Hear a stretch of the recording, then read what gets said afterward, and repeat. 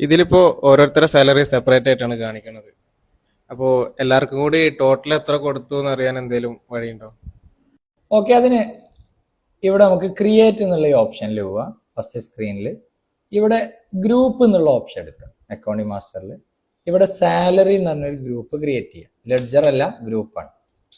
Indirect expense കൊടുത്തു.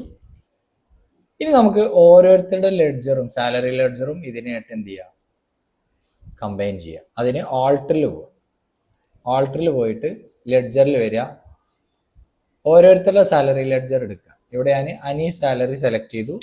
ഇതിൻ്റെ under, ഈ ഒരു അണ്ടർ ഗ്രൂപ്പിങ് നമ്മളിപ്പോൾ ക്രിയേറ്റ് ചെയ്തിട്ടുള്ള സാലറി എന്നുള്ള ആ ഒരു ഗ്രൂപ്പ് സെലക്ട് ചെയ്യുക. ഇൻഡയറക്റ്റ് എക്സ്പെൻസ് മാറ്റിയിട്ട് സാലറി എന്നുള്ള ഗ്രൂപ്പ് സെലക്ട് ചെയ്യുക.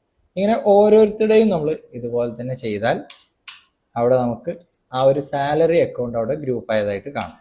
അപ്പൊ അങ്ങനെ ചെയ്ത് കഴിഞ്ഞാൽ നമുക്ക് പ്രോഫിറ്റ് ലോസ് അക്കൗണ്ടിൽ ഒന്ന് കാണിച്ചു തരാം. ഇവിടെ സാലറി എന്ന് പറഞ്ഞിട്ട് ഇത് ഗ്രൂപ്പ് ചെയ്ത് കാണിച്ചു. എന്നാൽ എൻട്രി അടിച്ചാൽ നമുക്ക് ഓരോരുത്തരുടെ സെപ്പറേറ്റ് ഇവിടെ അറിയാനും സാധിക്കും.